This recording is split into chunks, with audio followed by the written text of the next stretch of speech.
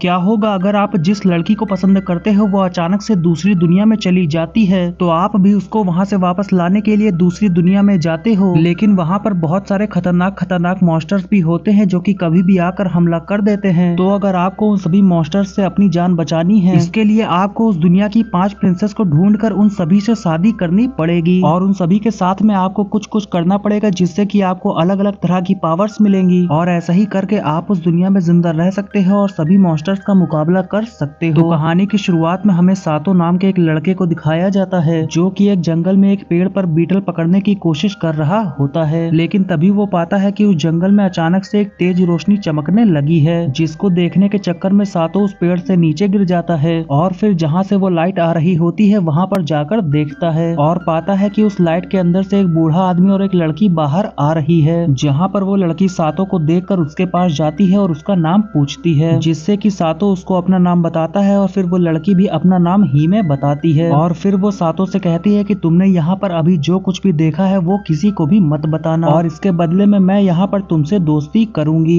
जहाँ पर सातो भी उस लड़की से दोस्ती कर लेता है और उससे कहता है कि मैं तुम्हारी हमेशा हर चीज से रक्षा करूंगा। फिर उसके बाद हमें 10 साल बाद का सीन दिखाया जाता है जहाँ पर सातो अपने कमरे में सो रहा होता है, तो हीमे उसके कमरे में आकर उसको जगाती है और उसके लिए ब्रेकफास्ट भी बनाई होती है। जहाँ पर सातो को तो बहुत शर्म आ रही होती है और वो हीमे को देखकर सोच रहा होता है कि हीमे मेरी बचपन की दोस्त है जो कि करीब 10 साल से मेरे बगल वाले कमरे में रह रही है और अब तो वो मुझे और भी ज्यादा खूबसूरत लगने लगी है। जहाँ पर हीमे बताने लग जाती है कि मैंने अपनी पावर्स को यूज करके अपनी पर्सनैलिटी को लॉक कर दिया है, जिससे कि मैं यहाँ पर और भी ज्यादा खूबसूरत ना लगूं और लोग मुझे ज्यादा से ज्यादा नोटिस ना कर पाए, क्योंकि मैं तो एक प्रिंसेस हूँ। जिस पर सातो उससे कहता है कि मैं तो ये बात तुमसे बचपन से ही सुन रहा हूँ। पर तभी हीमे सातो को देखने लग जाती है और धीरे से उसके करीब जाने लग जाती है और इसको देखकर तो सातो वहाँ पर शर्माने लग जाता है और सोच रहा होता है कि अब आखिरकार ये क्या करने वाली है। पर हीमे तो सातो के पास जाकर खाना खाते वक्त उसके गाल पर जो एक चावल का दाना लगा हुआ था उसको हटाती है और खुद ही वहाँ पर उसको खा लेती है, जिसको देखकर तो सातो वहाँ पर और भी ज्यादा शर्माने लग जाता है। फिर उसके बाद वो दोनों ही एक साथ में वहाँ से स्कूल जाने लग जाते हैं और साथ में जाते वक्त सातो हीमे के गले में 2 रिंग को लटका हुआ देखता है, जिससे कि सातो को अपनी पुरानी बातें याद आने लग जाती हैं। जहाँ पर हीमे सातो को बता रही होती है कि ये रिंग मेरे लिए बहुत ही ज्यादा इम्पोर्टेंट है, क्योंकि ये रिंग मैं उसी लड़के को दूंगी जिसके साथ में मेरी शादी होगी। तो क्या तुम बड़े होकर मेरे साथ में शादी करना चाहोगे? जहाँ पर सातो हीमे के साथ में चलते हुए यही सब कुछ सोच रहा होता है, लेकिन तभी हीमे उसको बताती है कि मैं ये रिंग तुम्हें कभी भी नहीं देने वाली हूँ, ये मेरे लिए बहुत ही ज्यादा इम्पोर्टेंट है। फिर उसके बाद हमें क्लास का सीन दिखाया जाता है जहाँ पर हीमे के क्लास में सबसे ज्यादा नंबर आए होते हैं, तो वो अपने दोस्तों को अपने नंबर दिखा रही होती है और कह रही होती है कि मैं तो एक प्रिंसेस हूँ, इसीलिए मुझे जीनियस बनना पड़ेगा और सबसे आगे रहना पड़ेगा। तो उसकी दोस्त उससे कहती है कि तुम बचपन से ही कह रही हो कि तुम एक प्रिंसेस हो, पर तुम आखिरकार हो कहाँ के प्रिंसेस। वहीं दूसरी तरफ हमें सातो और उसके दोस्तों को दिखाया जाता है जो कि कह रहे होते हैं कि कल से हमारे वेकेशन से स्टार्ट होने वाले हैं, पर सातो को तो इससे कोई भी दिक्कत नहीं होने वाली है क्योंकि उसके पास में तो इतनी सुंदर गर्लफ्रेंड है जिसके साथ में वो रोज स्कूल आता है। तो सातो उसको बताता है कि ऐसा कुछ भी नहीं है, वो केवल मेरे बगल वाले कमरे में रहती है। और तभी हीमे वहाँ पर सातो को देखकर स्माइल कर रही होती है और तभी सातो के फोन में हीमे का मैसेज भी आता है जिसमें वो कह रही होती है कि आज रात को हम दोनों एक फेस्टिवल में घूमने के लिए चल रहे हैं, जिसको सोच कर सातो वहाँ पर शर्माने लग जाता है। फिर उसके बाद हमें शाम के फेस्टिवल का सीन दिखाया जाता है जहाँ पर हीमे सातो का इंतजार कर रही होती है। तो सातो वहाँ पर आता है और हीमे की ड्रेस को देखकर उसकी खूबसूरती की तारीफ करने लग जाता है। फिर उसके बाद हीमे बताती है कि चलो अब हम दोनों फेस्टिवल के अंदर चलते हैं। जहाँ पर फेस्टिवल में घूमते समय हीमे सातो से कह रही होती है कि तुम्हें याद है कि हम दोनों बचपन में भी इस फेस्टिवल को घूमने के लिए एक साथ में आया करते थे, पर एक दिन मैं इस फेस्टिवल में खो गई थी, तो मिलने के बाद तुमने मेरा हर वक्त हाथ पकड़ के रखा था जिससे कि मैं वापस से ना खो पाऊं। जिसके बाद अब वो दोनों एक दुकान पर पहुंचते हैं जहाँ पर हीमे को एक सॉफ्ट टॉय बहुत ही ज्यादा पसंद आता है, जिससे कि सातो वहाँ पर उस सॉफ्ट टॉय को एक ही बार में जीत भी लेता है। तो हीमे वहाँ पर बहुत ही ज्यादा खुश होने लग जाती है। फिर उसके बाद वो दोनों एक पहाड़ पर जाते हैं जहाँ पर सातो हीमे को देखकर सोच रहा होता है कि ये बिल्कुल अच्छा मौका है हीमे को अपनी दिल की बात बताने का कि मैं उसको बचपन से ही कितना ज्यादा पसंद करता हूँ। अब सातो हिम्मत करके हीमे से बोलने ही वाला होता है कि तभी वहाँ पर आतिशबाजी स्टार्ट हो जाती है, जिसको देखकर हीमे वहाँ पर बहुत ही ज्यादा खुश होने लग जाती है। और फिर वो सातो से कहती है कि मैंने भी यहाँ पर तुमसे बचपन से एक बात छुपाई है जो कि मैं तुमको नहीं बता सकती हूँ, पर मैं यहाँ पर बस तुमको इतना बता सकती हूँ कि मैं अपना घर छोड़कर यहाँ से जा रही हूँ। जिसको सुनकर तो सातो की वहाँ पर दुनिया ही हिल जाती है और वो अपने दिल की बात हीमे को नहीं बता पाता है। उसके बाद वो दोनों घर पर आ जाते हैं, जहाँ पर हीमे सातो को हर चीज के लिए थैंक्स बोल रही होती है। अब सातो भी हिम्मत करके अपने दिल की बात बोलने की कोशिश करता है, पर तभी हीमे जल्दी से अपने कमरे के अंदर चली जाती है। जिसके बाद अब सातो भी अपने कमरे में आ जाता है और बस हीमे के बारे में ही सोच रहा होता है कि आखिरकार हीमे इस घर को छोड़कर कहां पर जाने वाली है। लेकिन तभी वो पाता है कि उसके घर पर बहुत ही तेज लाइट आ रही है। तो वो बाहर जाकर देखता है और पाता है कि उसी पहाड़ पर वही लाइट आ रही है जो कि उसको बचपन में दिखी थी। अब तुरंत ही सातो उस पहाड़ पर जाता है जहाँ पर हीमे उस लाइट के अंदर जाने ही वाली होती है। तभी वो वहाँ पर सातो को देखती है और उससे कहती है कि आखिरकार तुमको बचपन की बात याद आ ही गई, पर अब मैं यहाँ पर और नहीं रुक सकती हूँ क्योंकि मैं एक दूसरी दुनिया की हूँ और मेरी वहाँ पर शादी होने वाली है, तो मुझे वहाँ पर जाना ही होगा। अब इतना कहते ही हीमे उस लाइट के अंदर चली जाती है, जहाँ पर सातो उसको रोकने की भी कोशिश करता है, लेकिन हीमे वहाँ पर नहीं रुकती। तो सातो भी वहाँ पर भागते हुए जाकर उस लाइट के अंदर चला जाता है और फिर वो पाता है कि वो तो एक अलग ही दुनिया में आ गया है। और तभी वो अपने सामने देखता है कि हीमे की किसी और से शादी हो रही है, जहाँ पर हीमे भी पीछे पलटकर सातो को देखती है और उसकी आंखों में आंसू आ जाता है। और तभी वो प्रिंस भी हीमे से पूछने लग जाता है कि आखिरकार ये लड़का कौन है और यहाँ पर क्या कर रहा है। अब सातो वहाँ पर कुछ बोलता है कि इससे पहले ही वहाँ पर एक खतरनाक मॉन्स्टर आ जाता है और उन सभी के ऊपर हमला कर देता है, जहाँ पर हीमे के दादाजी बताते हैं कि मुझे तो पहले से ही पता था कि यहाँ पर कुछ ऐसा हो सकता है। अब उसके बाद वो उस मॉन्स्टर से मुकाबला करने के लिए जाते हैं, पर वो मॉन्स्टर अपने एक ही अटैक से उनको दूर फेंक देता है। और तभी वो हीमे से कहते हैं कि हमें इस मॉन्स्टर को हराने के लिए रिंग ऑफ लाइट की जरूरत पड़ेगी, तो जल्दी करो और उस प्रिंस से शादी करके उसको अपनी रिंग पहना दो। लेकिन हीमे तो वहाँ पर उस प्रिंस की जगह सातो को जाकर अपनी रिंग पहना देती है और उसको एक किस करती है, जिससे कि उन दोनों की वहाँ पर शादी हो जाती है। अब ये देखने के बाद वो प्रिंस हीमे से कहता है कि तुमने अच्छा किया कि तुमने अपनी दिल की बात सुनी है। जिसके बाद वो सातो को एक तलवार पकड़ा देता है, जहाँ पर वो मॉन्स्टर भी उन सभी के ऊपर हमला करने वाला होता है। तभी वहाँ पर सातो के पास में जो तलवार होती है वो चमकने लगती है, जिसको देखकर सातो वहाँ पर कह रहा होता है कि मुझे यहाँ पर कुछ भी समझ में नहीं आ रहा है कि आखिरकार यहाँ पर ये सब हो क्या रहा है, पर कुछ भी हो जाए मैं यहाँ पर हीमे को कुछ भी नहीं होने दूंगा। जिसके बाद वो अपनी तलवार को लेकर उस मॉन्स्टर के ऊपर अटैक कर देता है और अपने एक ही वार से उस मॉन्स्टर को मार गिराता है। और इसको देखने के बाद तो वहाँ पर सभी लोग शॉक हो जाते हैं, पर सातो वहाँ पर बेहोश हो जाता है। उसके बाद जब वहाँ पर सातो की आंखें खुलती हैं तो वो अपने सामने हीमे को पाता है, जो कि उसको बताती है कि हमारी शादी यहाँ पर हो चुकी है, इसलिए सभी लोगों ने हमें इस कमरे में कुछ कुछ करने के लिए अकेला छोड़ा है। जिसको सुनकर तो सातो वहाँ पर बहुत ज्यादा शर्माने लग जाता है, पर तभी हीमे सातो को देखकर पूछने लग जाती है कि आखिरकार तुम यहाँ पर इतना शर्मा क्यों रहे हो, तुम भूल गए क्या अभी तो हमने सबके सामने बाहर किस भी किया था। और तभी हीमे वहाँ पर कहने लग जाती है कि मेरी शादी यहाँ पर एक प्रिंस से होने वाली थी, पर मैं उसको बिल्कुल भी पसंद नहीं करती थी और उसी समय तुम भी वहाँ पर आ गए थे, इसीलिए मैंने तुम्ही से शादी कर ली और अब से तुम ही मेरे पति परमेश्वर हो। जिसको सुनकर तो सातो वहाँ पर शॉक हो जाता है। फिर उसके बाद हम देखते हैं कि वो दोनों बाहर आते हैं और बाहर के सभी लोग अपने नए किंग को देखने के लिए बहुत ही ज्यादा एक्साइटेड होते हैं, जहाँ पर हीमे के दादाजी सातो को बताते हैं कि तुम्हें इन सभी के सामने कुछ न कुछ तो कहना पड़ेगा। अब वहाँ पर इतने सारे लोगों को देखकर सातो के अंदर भी जोश आ जाता है और फिर चिल्ला के कहने लग जाता है कि मेरा नाम सातो है, मैं आज से तुम सभी का नया किंग हूँ और मैं तुम सभी की यहाँ पर हमेशा रक्षा करूंगा। फिर अगले सीन में हम देखते हैं कि सातो नहा रहा होता है और सोच रहा होता है कि मैंने जोश जोश में कुछ ज्यादा ही बोल दिया। और तभी वहाँ पर हीमे भी आती है सातो के साथ में नहाने के लिए, जिसको देखकर सातो उससे पूछता है कि आखिरकार तुम यहाँ पर क्या कर रही हो। तो हीमे उसको बताती है कि तुम भूल गए क्या हमारी यहाँ पर शादी हो चुकी है, जिससे कि अब हमें ऐसे ही एक साथ में नहाना होगा। अब उसके बाद हम देखते हैं कि दोनों ही एक साथ में वहाँ पर नहा रहे होते हैं, जहाँ पर हीमे सातो से कह रही होती है कि मुझे माफ कर देना, अगर मैं तुमसे शादी नहीं करती तो तुम इस दुनिया में नहीं फंसते और इतनी मुसीबतें नहीं झेलते। तो सातो उसको बताता है कि तुम बिल्कुल भी चिंता मत करो, वैसे भी अभी हमारे स्कूल्स के वेकेशन चल रहे हैं। लेकिन हीमे उसको बताती है क्योंकि मैं इस दुनिया की हूँ इसलिए मुझे अब से हमेशा यहीं पर ही रहना होगा। जिस पर सातो उससे कहता है कि अगर ऐसा है तो मैं भी हमेशा के लिए यहीं पर रहूंगा और तुम्हारी रक्षा करूंगा। और अब इस बात को सुनकर हीमे को वहाँ पर अपनी बचपन की बात याद आने लगती है, जहाँ पर बचपन में सभी लोग उसको बहुत ही ज्यादा परेशान किया करते थे, पर सातो हमेशा उसकी ही साइड लेता था और उसको सभी से बचाता था। और यही सोचकर हीमे सातो से कहने लग जाती है कि मुझे तो ऐसा लगता है कि तुम बचपन से ही मुझे पसंद करते थे। लेकिन तभी वहाँ पर एक बेल बजने लगती है, जिसका मतलब है कि खतरा आ चुका है। और इसी चक्कर में सातो वहाँ पर खड़ा हो जाता है, जहाँ पर सातो को ऐसे देखकर वो बहुत ज्यादा डर जाती है और चिल्लाने लग जाती है। वहीं दूसरी तरफ हमें एक बंदे को दिखाया जाता है जो कि कह रहा होता है कि आखिरकार तुम आ ही गए। और दूसरी तरफ उन सभी के ऊपर हमला हुआ होता है, इसीलिए सातो और हीमे जल्दी जल्दी अपने कपड़े पहनकर बाहर आते हैं।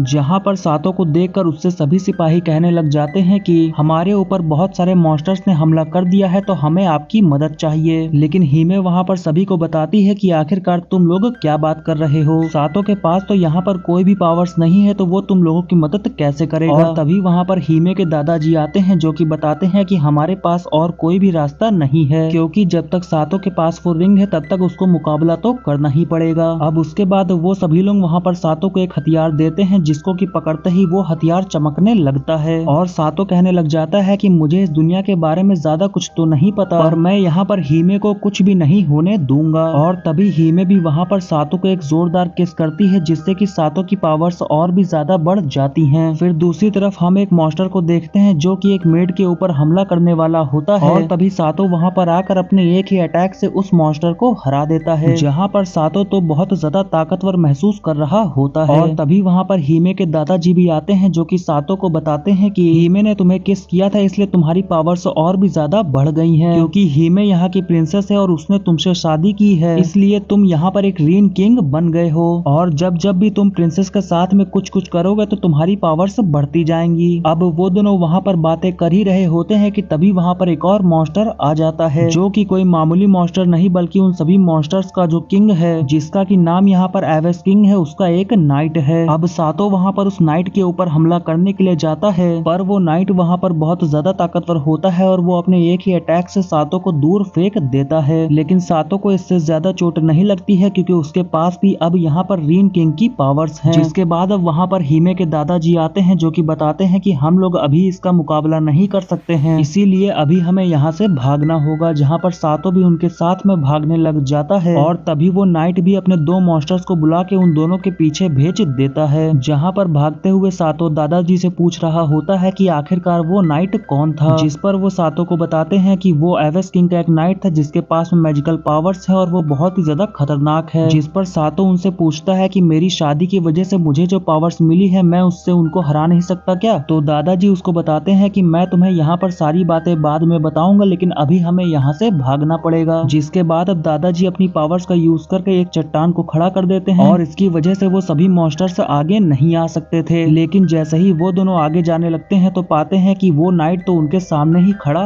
होता है। और तभी वहाँ पर वो प्रिंस आ जाता है जिससे कि पहले हीमे की शादी होने वाली थी। तो वो वहाँ पर आकर एक कपड़े को उस नाइट के ऊपर डाल देता है और उसको आग लगा देता है। जिसके बाद वो दादाजी और सातो को वहाँ से भाग जाने को कहता है, लेकिन सातो वहाँ पर कहता है कि मैं यहाँ पर हीमे को मुसीबत में छोड़कर यहाँ से भाग नहीं सकता। जिस पर वो प्रिंस बताता है कि तुम हीमे की बिल्कुल भी चिंता मत करो, वो बिल्कुल सुरक्षित है और तुम्हारा बाहर इंतजार कर रही है। फिर उसके बाद हम देखते हैं कि वो सभी लोग एक गाड़ी में बैठकर महल से दूर जा रहे होते हैं, जहाँ पर हीमे प्रिंस को सातो की जान बचाने के लिए थैंक्स बोल रही होती है, और इस प्रिंस का नाम यहाँ पर मार्स होता है। फिर उसके बाद अब वो दादाजी बताने लग जाते हैं कि हमारे किंगडम की हालत तो बहुत ही ज्यादा खराब हो गई है, और ऐसा लगता है कि उन सभी मॉन्स्टर्स को पता नहीं चला है कि हम लोग वहाँ से भाग गए हैं, क्योंकि हम लोग उस नाइट को चकमा देकर यहाँ तक आ तो गए हैं, पर हम लोग यहाँ पर उसको एक रिंग की पावर से कभी भी हरा नहीं सकते हैं। और अभी हमें यहाँ से भागना पड़ रहा है क्योंकि तुम्हारे पास अभी सारी पावर्स नहीं आई हैं, क्योंकि इस दुनिया में रीन किंग की पावर्स को पाने के लिए 5 रिंग्स हैं, जिससे कि तुमने हीमे से शादी करके एक रिंग की पावर्स तो पा ली हैं, पर अगर तुम्हें रीन किंग की सारी पावर्स को पाना है तो तुम्हें 4 प्रिंसेस को ढूंढकर उनसे शादी करके उनकी रिंग्स को भी लेना पड़ेगा। जिसको सुनकर तो सातो वहाँ पर बहुत ही ज्यादा शॉक हो जाता है, और दादाजी कहने लग जाते हैं कि क्या तुम्हें खुशी नहीं हो रही है कि तुम्हें इतनी सारी प्रिंसेस से शादी करने का मौका मिल रहा है। जहाँ पर हीमे को तो इन सारी बातों को सुनने के बाद बहुत ही ज्यादा बुरा लग रहा होता है। फिर उसके बाद हम देखते हैं कि वो सभी एक घर में जाकर रुकते हैं, जहाँ पर दादाजी उन सभी को उन सभी मॉन्स्टर्स के किंग एवेस के बारे में बताने लग जाते हैं, जो कि बहुत साल पहले इस दुनिया में आया था और उसके पास में बहुत सारी खतरनाक पावर्स थी। जहाँ पर वो दुनिया पर राज करने के लिए सभी शहरों पर हमला करता गया और तबाही मचाता गया। तो एवेस को हराने के लिए रीन किंग ने इस दुनिया में 5 रिंग्स बनाई, और सभी रिंग्स के अंदर अपनी अपनी अलग अलग पावर्स हैं, जिससे कि अभी तुम्हारे पास हीमे के जो रिंग है उसके पास में लाइट की पावर्स हैं, वहीं सभी रिंग्स उसके अंदर अपनी अपनी अलग अलग तरह की पावर्स हैं और उस समय तो रिंग किंग ने उन सभी रिंग्स की पावर्स को यूज करके एवेस किंग को हरा दिया था और फिर उन सभी रिंग्स को इस दुनिया के 5 अलग अलग देशों के प्रिंसेस को दिया गया था। लेकिन पता नहीं कैसे कि एवेस किंग वापस से जिंदा हो गया है और उसकी पावर्स वापस से बढ़ते जा रही हैं और क्योंकि तुम्हारे पास एक रिंग की पावर्स आ चुकी हैं, इसलिए तुम्हें 4 और प्रिंसेस को ढूंढकर उनके साथ में शादी करनी पड़ेगी, उनके साथ में कुछ कुछ करना पड़ेगा और उनकी सभी रिंग्स की पावर्स को लेना पड़ेगा, तभी जाकर कहीं तुम एवेस किंग को हरा सकते हो। फिर अगले सीन में हमें हिमे और सातो को दिखाया जाता है जो कि एक कमरे में एक बिस्तर पर एक ही साथ में सोने वाले होते हैं। लेकिन तभी वहाँ पर सातो की पीठ में बहुत ही तेज दर्द होने लगता है तो हिमे उठकर सातो को चेक करने लग जाती है, जहाँ पर उसको पता चलता है कि सातो के बॉडी में तो बहुत ज्यादा चोट लगी हुई है। और ये सब कुछ देखने के बाद तो हिमे वहाँ पर रोने लग जाती है और कहने लग जाती है कि ये सब कुछ मेरी ही गलती है, मैंने ही तुमसे शादी की तो तुम्हें यहाँ पर इतना सब कुछ झेलना पड़ रहा है। जिसके बाद अब हिमे उस कमरे से बाहर निकल जाती है तो अब सातो भी उसके पीछे पीछे जाने लग जाता है, जहाँ पर उसको बालकनी में प्रिंस खड़ा हुआ दिखता है, जिससे कि सातो हिमे के बारे में पूछता है कि क्या उसने हिमे को यहाँ से जाते हुए देखा है। तो प्रिंस उसको बताता है कि हाँ, अभी अभी हिमे मेरे पीछे से ही भाग कर गई है। और तभी प्रिंस सातो से कहने लग जाता है कि मुझे तुम्हें थैंक्स बोलना था क्योंकि मुझे यहाँ पर रिन किंग बिल्कुल भी नहीं बनना था और क्योंकि हिमे ने तुमसे शादी कर ली इसलिए तुम रिन किंग बन गए हो, जिससे कि मुझे बहुत ही रिलैक्स फील हो रहा है। जिसके बाद प्रिंस वहाँ पर कहता है कि मैं अब तुम्हारा और भी ज्यादा समय नहीं लूंगा, हिमे उस तरफ भाग कर गई है तो तुम उसके पास जाकर उससे मिल सकते हो। तो अब सातो भी हिमे का पीछा करते हुए वहाँ पर जाता है और देखता है कि हिमे तो वहाँ पर रो रही होती है, जिसको देखकर सातो उससे कहने लग जाता है कि इसमें तुम्हारी कोई भी गलती नहीं है, मैं अपनी मर्जी से इस दुनिया में आया हूँ और रिन किंग बना हूँ। तो अब हिमे वहाँ पर बताने लग जाती है कि मेरी तो यहाँ पर एक अनजान से शादी होने वाली थी और जब मैंने तुमको देखा कि तुम उस दुनिया से इस दुनिया में मेरा पीछा करते हुए आ गए हो तो इसलिए मैंने तुम्ही से शादी कर ली, क्योंकि मैं यहाँ पर एक अनजान से शादी नहीं करना चाहती थी, मैं उसी से शादी करना चाहती थी जिसको मैं हमेशा से पसंद करती थी। फिर अगले सीन में हम देखते हैं कि वो दोनों वापस से अपने कमरे में लौट आए होते हैं, जहाँ पर अब वो दोनों ही बहुत ज्यादा शर्मा रहे होते हैं। लेकिन तभी सातो वहाँ पर हिमे को उस बेड पर लिटा देता है और उसके साथ में कुछ कुछ करने ही वाला होता है कि तभी वहाँ पर उसको कुछ याद आता है और वो पीछे हट जाता है, जिस पर हिमे उससे पूछती है कि तुम अचानक से रुक कैसे गए और पीछे क्यों हट गए, क्या तुम मुझे पसंद नहीं करते हो और मेरे साथ में कुछ कुछ नहीं करना चाहते हो। और तभी सातो वहाँ पर कहने लग जाता है कि मैं तुम्हारे साथ में अभी ये सब कुछ नहीं कर सकता क्योंकि हम दोनों ही बचपन से एक दूसरे के दोस्त थे और अब तो हम दोनों की यहाँ पर शादी हो गई है, इसलिए मुझे ये सब कुछ करने के लिए थोड़ा समय चाहिए। फिर हमें अगले दिन का सीन दिखाया जाता है जहाँ पर हिमे के दादाजी उन दोनों से कह रहे होते हैं कि मुझे उम्मीद है कि तुम दोनों ने कल रात बहुत कुछ किया होगा और मैं तुम दोनों के प्यार को देखकर बहुत ही ज्यादा खुश हूँ, पर पिछली रात तो इन दोनों के बीच में कुछ भी नहीं हुआ था। अब तभी वहाँ पर मार्स उन दोनों के लिए कुछ कपड़े लेकर आता है जिसको कि सातो और हिमे वहाँ पर पहन लेते हैं और फिर दादाजी उनको बताने लग जाते हैं कि अब हमें यहाँ से एल्फ के इलाके में जाना होगा क्योंकि एल्फ की ही एक रॉयल फैमिली की प्रिंसेस के पास एक रिंग है और वो जो प्रिंसेस है वो भी बहुत ही ज्यादा खूबसूरत है। अब उसके बाद जब वो सभी उस जगह पर पहुँचते हैं तो पाते हैं कि एल्फ के इलाके पर जाने के रास्ते पर एक बैरियर लगा हुआ है, जिससे कि दादाजी वहाँ पर बताते हैं कि कोई एल्फ के अलावा यहाँ से और कोई भी आगे नहीं जा सकता है। लेकिन तभी वहाँ पर अचानक से एक बहुत बड़ा भालू आ जाता है जो कि उन सभी के ऊपर हमला कर देता है, जिससे कि अब वो सभी लोग वहाँ से भागने लग जाते हैं और दादाजी वहाँ पर सातो को डांट रहे होते हैं क्योंकि सातो ने ही वहाँ पर उस भालू को जाकर तंग किया था, जिससे कि वो गुस्सा होकर उन सभी के ऊपर हमला कर रहा है। जहाँ पर दादाजी बताते हैं कि यहाँ पर ये सभी जानवर बहुत ही ज्यादा ताकतवर हैं और हम इनका मुकाबला नहीं कर सकते हैं, इसलिए हमें यहाँ से निकलना होगा। और तभी वो सभी भागते हुए एल्फ के बैरियर के पास ही आ जाते हैं और तभी वो भालू भी वहाँ पर आकर उन सभी के ऊपर हमला करने वाला होता है। लेकिन तभी वहाँ पर कुछ एल्फ सही समय पर उन सभी को उस बैरियर से अंदर ले लेते हैं और उस बैरियर से टकराने की वजह से भालू दूर जाकर गिरता है। अब अंदर सातो उन एल्फ से कहने लग जाता है कि मेरा नाम सातो है और मैं यहाँ पर एक रिन किंग हूँ, जहाँ पर मैं तुम्हारे राज्य की प्रिंसेस से शादी करने आया हूँ। तो वो एल्फ भी वहाँ पर बताने लग जाते हैं कि हमने भी रिन किंग के बारे में सुना है, इसलिए हम दोनों यहाँ पर तुम्हारी मदद जरूर करेंगे। पर शायद यहाँ पर ऐसा हो सकता है कि तुम सभी यहाँ पर जिस काम से आए हो वो काम ना कर पाओ, तो इससे बिल्कुल भी उदास मत होना। जिसके बाद वो दोनों एल्फ उन सभी को अंदर ले जाने लग जाते हैं, पर जैसे ही वो सभी वहाँ पर प्रिंसेस के पास में पहुँचते हैं तो पाते हैं कि सिंहासन पे तो कोई भी नहीं बैठा होता और जो वहाँ पर प्रिंसेस होती है वो तो सिंहासन के पीछे छुपकर बैठी होती है। तो अब सातो उससे कहने लग जाता है कि मेरा नाम सातो है और मैं दूसरी दुनिया से इस दुनिया को बचाने के लिए आया हूँ। लेकिन तभी वो प्रिंसेस प्रिंसेस कहने लग जाती है कि तुम्हारे पास में तो पहले से ही एक रिंग है, इसका मतलब कि तुमने पहले से ही एक शादी कर ली है, तो तुम दोनों ने जरूर किस भी की होगी। जिस पर सातो उसको बताता है कि हाँ किया था। तो ये सुनते ही वो प्रिंसेस वहाँ से भाग जाती है, जिससे कि सभी लोग वहाँ पर शॉक हो जाते हैं। और तभी वहाँ पर एक आदमी आता है जो कि सातो से कहने लग जाता है कि शायद तुम ही नए रिंग किंग हो, जो कि यहाँ पर हमारी प्रिंसेस से शादी करके एक और नई रिंग पाने के लिए आए हो। पर हमारी प्रिंसेस से शादी करना इतना भी ज्यादा आसान नहीं है और तुम शायद यहाँ पर हमारी प्रिंसेस से शादी ना कर पाओ। तो सातो उस आदमी से पूछने लग जाता है कि आखिर तुम कौन हो,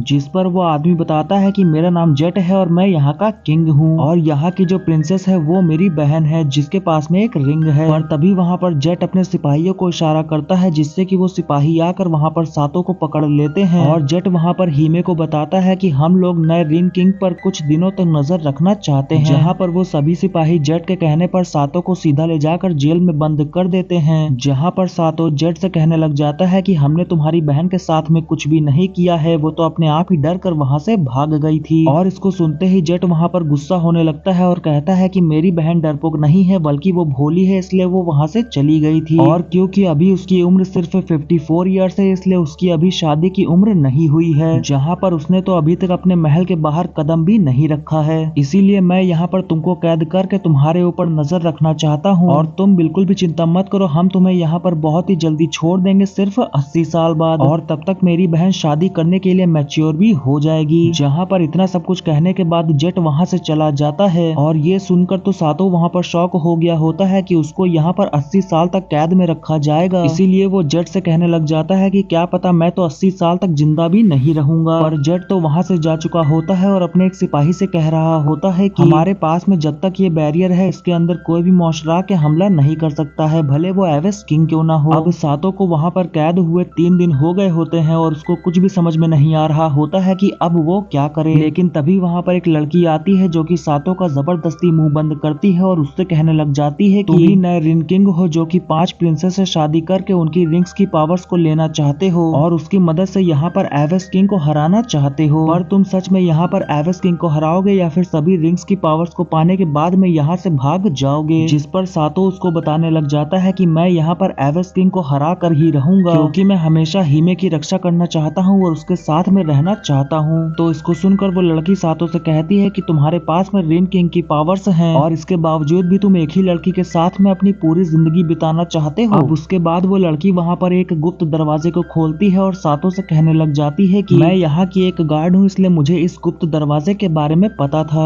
और तुम यहाँ पर एक लौते ऐसे इंसान हो जो कि एवेस किंग को हरा सकते हो। जहाँ पर ये बात जेट को भी पता है, लेकिन फिर भी पता नहीं क्यों वो तुम्हें यहाँ पर कैद करके रखा हुआ है। अब उसके बाद वो लड़की वहाँ पर सातो को अपने पीछे पीछे चलने के लिए कहती है और फिर कुछ देर चलने के बाद वो दोनों एक जगह पर पहुँचते हैं, जहाँ पर पहुँचने के बाद सातो को कुछ भी समझ में नहीं आ रहा होता और तभी वो अपने सामने 2 मूर्तियों को देखता है, जिसमें कि एक मूर्ति में एक रिंग होती है। तभी वो लड़की सातो को बताती है कि अगर तुमने यहाँ की प्रिंसेस से शादी कर ली तो वो प्रिंसेस तुम्हें यही रिंग देने वाली है जिसके के अंदर विंड्स की पावर्स हैं। पर तभी उन दोनों को वहाँ पर किसी के आने की आहट सुनाई देती है, जिससे कि वो दोनों वहाँ पर जाकर छुप जाते हैं। तभी वहाँ पर वहाँ की प्रिंसेस आती है जो कि उन दोनों स्टैचूज से बातें करने लग जाती है और इसको देखकर सातो उस लड़की से पूछता है कि क्या प्रिंसेस हमेशा से ही यहाँ पर आकर इन स्टैचूज से बातें करती हैं? तो वो लड़की सातो को बताने लग जाती है कि ये दोनों यहाँ पर कोई स्टैचू नहीं है बल्कि हमारे किंग और क्वीन हैं, जिनका की शरीर यहाँ पर पत्थर में बदल गया है और यही दोनों ही हमारे किंगडम के बैरियर्स को पावर्स दे के अभी तक रोके हुए हैं। पर इस बात को सुन के सातो वहाँ पर चिल्ला देता है, जो कि वहाँ पर प्रिंसेस भी सुन लेती हैं और फिर वो पूछने लग जाती है कि आखिरकार वहाँ पर कौन है। तो सातो प्रिंसेस का ध्यान भटकाने के लिए वहाँ पर एक बर्ड की आवाज निकालने लग जाता है, लेकिन तभी वो लड़की उसको रोकती है और उससे बताती है कि तुम पागल हो गए हो क्या, यहाँ पर आखिरकार बर्ड कैसे आएगी। अब तभी वहाँ पर वो प्रिंसेस सातो को देख लेती है, जिसको देखने के बाद तो वो शॉक हो जाती है और वहीं पर बेहोश हो जाती है। जहाँ पर अब प्रिंसेस को ढूंढते हुए वहाँ पर कोई और भी आ रहा होता है, तो सातो और वो लड़की प्रिंसेस को लेकर वहाँ से निकल जाते हैं और जब वहाँ पर गार्ड आता है तो प्रिंसेस को नहीं पाता है, जिससे कि वो तुरंत ही जाकर जेट को ये सारी बातें बता देता है, जिसको सुनकर वो बहुत गुस्सा हो जाता है और अपने सभी सिपाहियों को प्रिंसेस को ढूंढने के लिए कहता है। फिर उसके बाद हमें सातो को दिखाया जाता है जहाँ पर वो प्रिंसेस अभी भी बेहोश होती है और सातो वहाँ पर उस लड़की की बातों को याद कर रहा होता है, जहाँ पर वो बताई थी कि प्रिंसेस अभी बेहोश है तो तुम्हारे पास में यही अच्छा मौका है, तुम जल्दी से प्रिंसेस को किस कर लेना जिससे कि तुम दोनों की यहाँ पर शादी हो जाएगी और तुम जिस रिंग को यहाँ पर लेने के लिए आए हो वो तुमको मिल जाएगी। लेकिन फिर भी सातो वहाँ पर प्रिंसेस को किस नहीं करता है और वहीं पर बैठा होता है। अब प्रिंसेस की भी वहाँ पर आंख खुल जाती है और वो अपने सामने सातो को देखकर बहुत ही ज्यादा डर जाती है और वापस से चिल्लाने लग जाती है। जहाँ पर प्रिंसेस इतनी ज्यादा डर गई थी कि वो तो वहाँ पर उल्टियाँ ही करने लग जाती है। और दूसरी तरफ हम देखते हैं कि जट सातो को ढूंढने के लिए उसके जेल के बाहर आता है और तभी वहाँ पर वही लड़की भी आती है जो कि जट से कहने लग जाती है कि सातो को भागे हुए तो यहाँ से बहुत ज्यादा टाइम हो गया है और प्रिंसेस भी यहाँ से गायब है, तो क्या पता सातो ने प्रिंसेस को भगा के उनसे शादी कर ली हो। फिर हमें सातो को दिखाया जाता है जहाँ पर प्रिंसेस की उल्टियाँ करने की वजह से दोनों के कपड़े खराब हो गए होते हैं, इसलिए वो दोनों ही अपने कपड़े रस्सी पर सुखा रहे होते हैं और दोनों एक साथ में बिना कपड़ों के बैठे होते हैं। जिसके बाद अब यहीं पर यह एपिसोड खत्म हो जाता है।